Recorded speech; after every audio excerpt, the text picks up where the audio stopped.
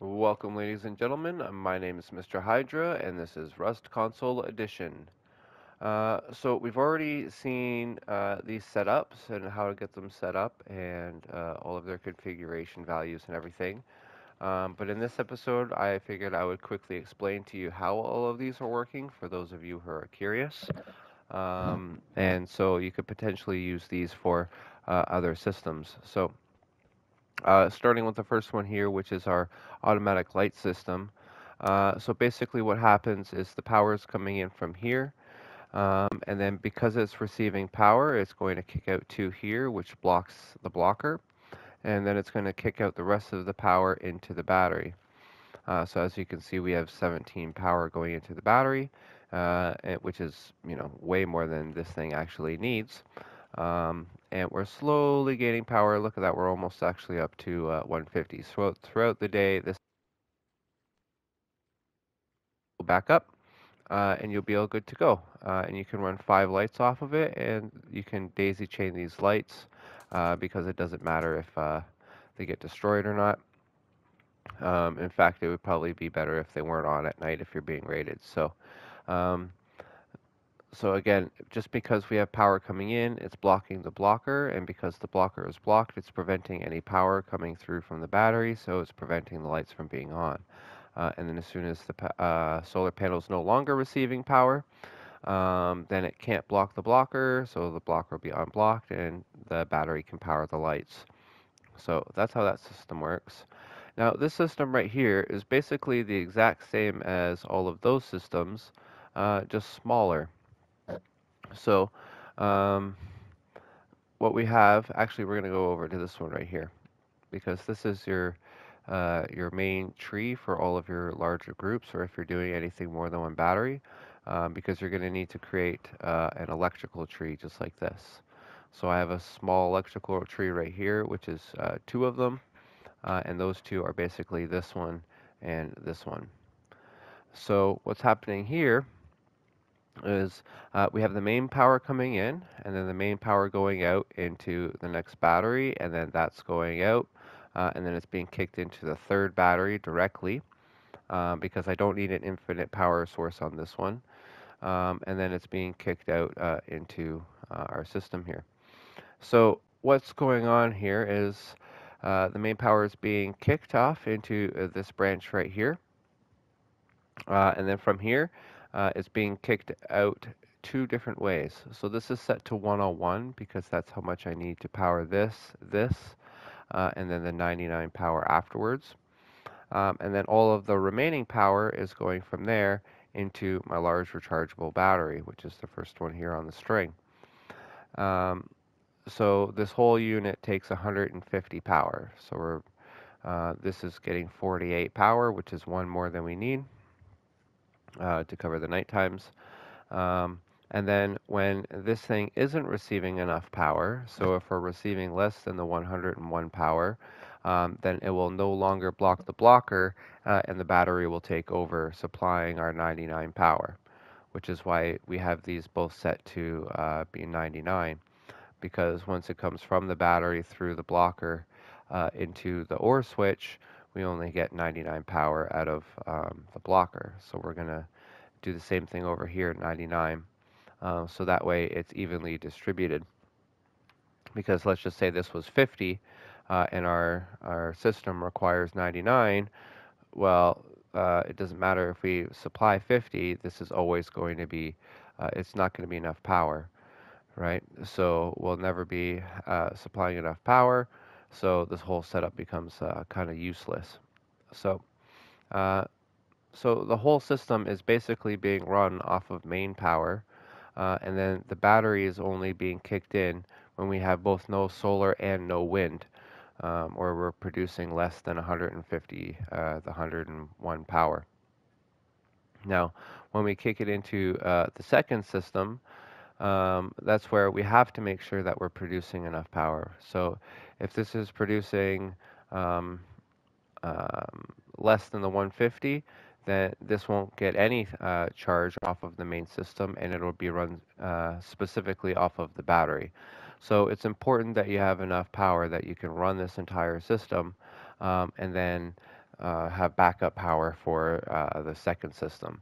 So, but if you can have enough power to run both systems at the exact same time, that would be ideal. Um, uh, However, I would only make sure that you at least have enough power to run your turret system because that's always on. And then these systems are usually, especially the ones with the door controllers and stuff like that, they're not as power intensive, so you don't need to put quite as much power in. Um, but with if you set up the system properly, the way I described in my other video, then you should have no trouble with power. So basically, too long didn't read. Everything's being run off of main power until we don't have enough power to run everything, and then the battery will kick in to take over. So the batteries kind of become secondary systems. Um, yeah. So and again, it's the same thing. So this tree here, excuse me, and this tree here. It's this tree here and this tree here. And then we just added two more on for two more batteries. And then we always have our fifth battery for our lockdown system. So again, this whole system runs just off straight power. And then it only runs on battery backup when it's needed. And also, this power right here, once the battery is full, this power right here basically becomes useless.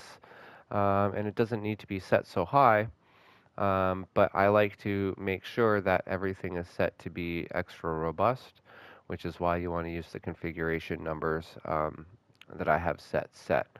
So that's the main, and by doing this also, you're saving yourself 20 power, because if you want to run the solar, so the main thing when it comes to charging power is the battery's only taking 80% of the power that you put into it. So if you're putting 100 power into this, it's really only receiving 80 power. So if you're using all 100 power output and you're only giving this 100 power input, then eventually over time your battery will drain, and this will be left with zero, and none of your systems will work.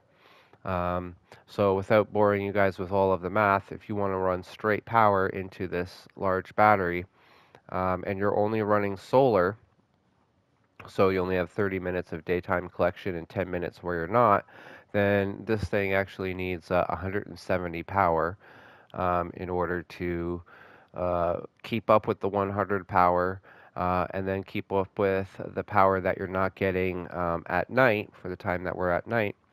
And then on top of that, the extra 20% that we need to throw into the battery. So it comes up to 170 power. However, with my system here, you only need 150 power um, going into the system. Um, and 100 of that is being kicked off directly into the units, and then 47 power is being put into uh, the battery, because we need 47 power in order to cover an entire night cycle's worth of night.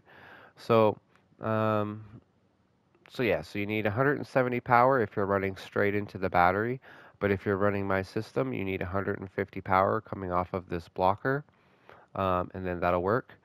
And that's if you're running straight solar. And if you're running wind turbines, it could be even less. But again, I like my systems to be robust, so I'm always going to keep this one at 150. So these large batteries are always getting 150 on my setup, or 170 if they're not on my setup. Um, yeah, so that's battery, that's charging all of your power. Again, electrical trees are easy. You just set these to whatever power it is that you have set up afterwards. So all you have to do is count your things. So let's take, for instance, these. We have 1, 2, 3, 4, each taking 3 power. So that's 4, 8, 12. That's 12 power that we need. So we would come over here and we would set our branch to 12. Now, as you can see, the farther down we go, the less power we're going to have. So the more power intensive and resource hungry stuff is going to go on the front, and then we're going to fill up the last ones with our lower powered systems. So things like turrets and your automatic gatehouses, that kind of stuff, want to be on the first ones, your lockdown systems. And then You want to have things like your cameras and your heaters and stuff on your last part of your system. Um, and then I guess I've already gone through the lockdown there. Um, yeah, so that's pretty much all you need to know about bringing power in and power out and how they work. Um, yeah, and then this lockdown system, I've already explained to you how it works. Basically, this is just 1 second. This is 43 minutes. So every 43 minutes, your base will lock down. This light flashing will tell you that the system's armed by passing through this laser, and you want this laser to be either down by your TC or in your highest trafficked area of your base, so people are always triggering it. So then that way, this thing is always active. Um, and yeah, there. Oh, by the way, you also don't want to daisy chain things, except for lights. Lights you can daisy chain. Heaters you can daisy chain, and door controllers you can daisy chain without many issues. And by daisy chaining, I'm just meaning that you go from the power in to the pass through. Other things like turrets, you don't want to daisy chain those. You want them all on separate lines, because the problem with daisy chaining things is like, say this heater was to get destroyed. Um, right? So now this heater no longer gets any power because that heater was destroyed. So anything afterwards gets destroyed. But if you had it set up on a four-way splitter here, so this is my four-way, so you got three coming out of there and then one out of here. So if I was to use this instead, then you could break each individual one and the rest of them will still work. But because these aren't important, you can have them daisy chained, same with your lights, and same with your door controllers for your lockdown system. Your door controllers are actually a good thing to have daisy chained because once they blow up the one door controller, they won't be able to access the rest of the doors connected to it. So it works really well. So that's your secondary systems and how, or your systems and how they work, your main systems, your secondary systems, how they work, a brief explanation. If you want to know exactly how to build these, you can either just follow the diagrams here, or you can watch my video on the actual system video itself, and they'll go through all of the configuration values and everything else like that for you. So. Hope this helps. As always, please like, subscribe, comment. I'm always happy to help you guys whenever you guys need to. And yeah, thanks for watching. See you in the next one.